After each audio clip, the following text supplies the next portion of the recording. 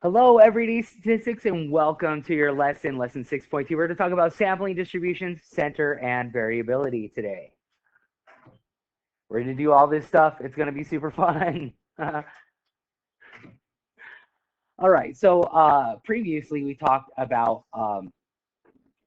sampling distributions, right? If I took a bunch of samples from some population and looked at the means of those samples, as we went through. And the means of those samples we called the sampling distribution of a sample mean. Now, when we're doing these samples, you can see there's going to be some variation in our sample means. Naturally, that's just the way things are, right? If we were going to look at the mean height of students here at Cleveland High School, right? If I grabbed a bunch of samples of sample five, of size 5, you would imagine that the means of those samples would be different, right? There would be some variability. And we're going to talk about how to measure that variability and what that means in terms of the distribution or the sampling distribution of whatever sample statistic we're trying to generate. So if we can get a some sort of estimator that is getting sample means or sample statistics, whatever that statistic is, that are really close to our true population parameter, then we would call that an unbiased estimator. So for instance, if I got a bunch of samples of size 5, took the means of those samples, and they were really close to the actual mean height, right, of Cleveland in the height example, then that we would call that an unbiased estimator.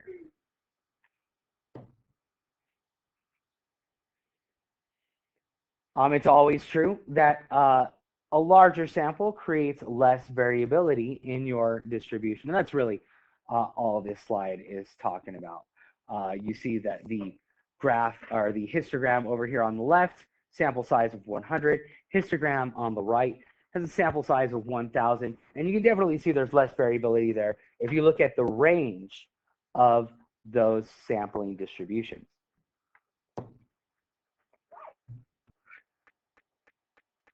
So you can think of a true parameter, right, like it says, as a bullseye, right? What we're looking for is um, a sample statistic or an estimator of a population parameter that has the least amount of variability and the least amount of bias.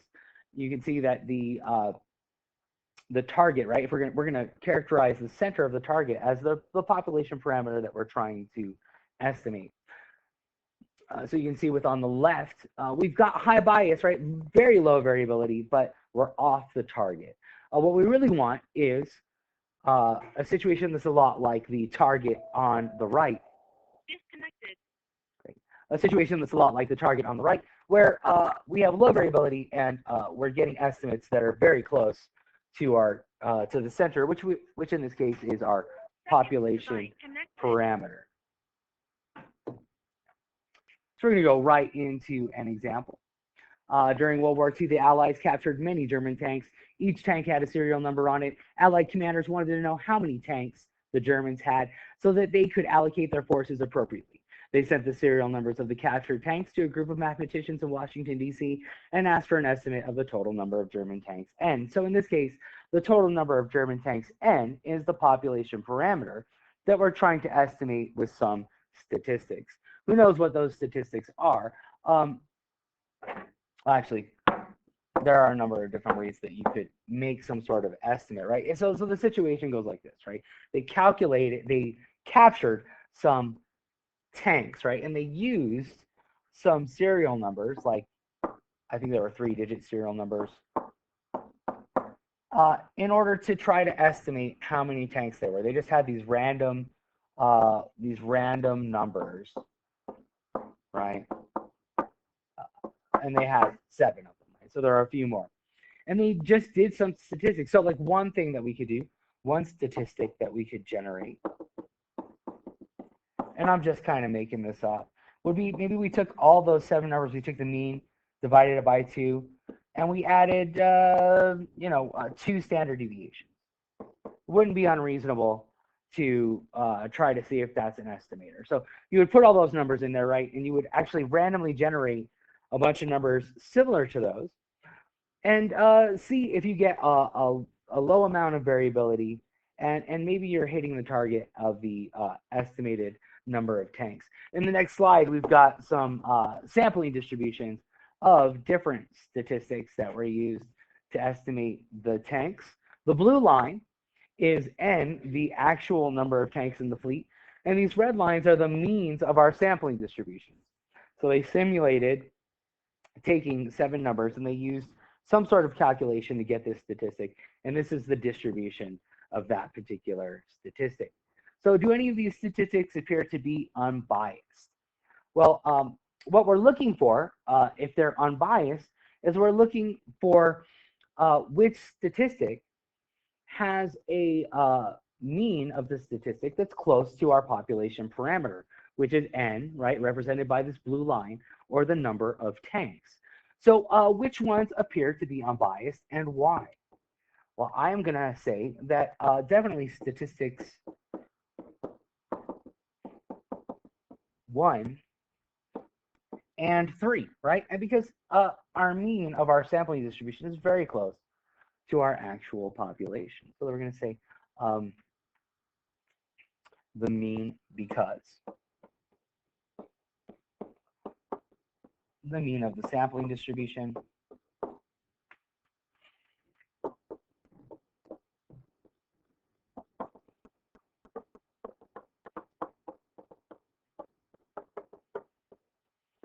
is close to the mean of the population, or our population parameter.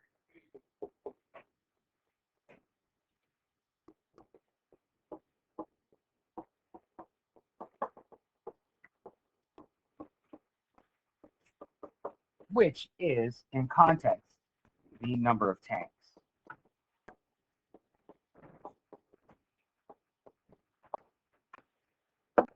So the next question we need to answer is, which of these statistics do you think is the best? And we'll explain our reasoning for that as well. So what we're looking for, when we're looking for which statistic is the best, is we're looking for which one has the least amount of variability.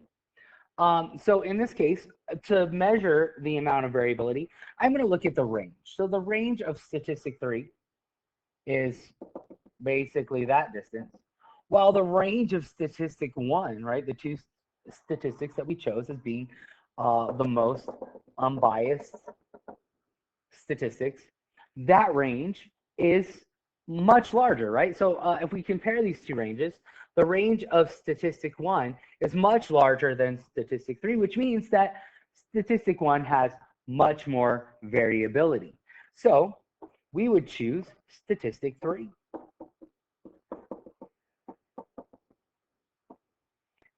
Because it has less variability.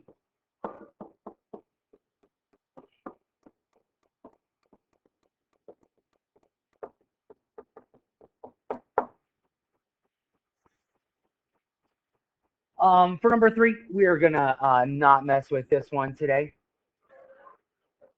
We'll just stick to identifying unbiased statistics and identifying which one is better because it has less variability. So that is it for 6.2.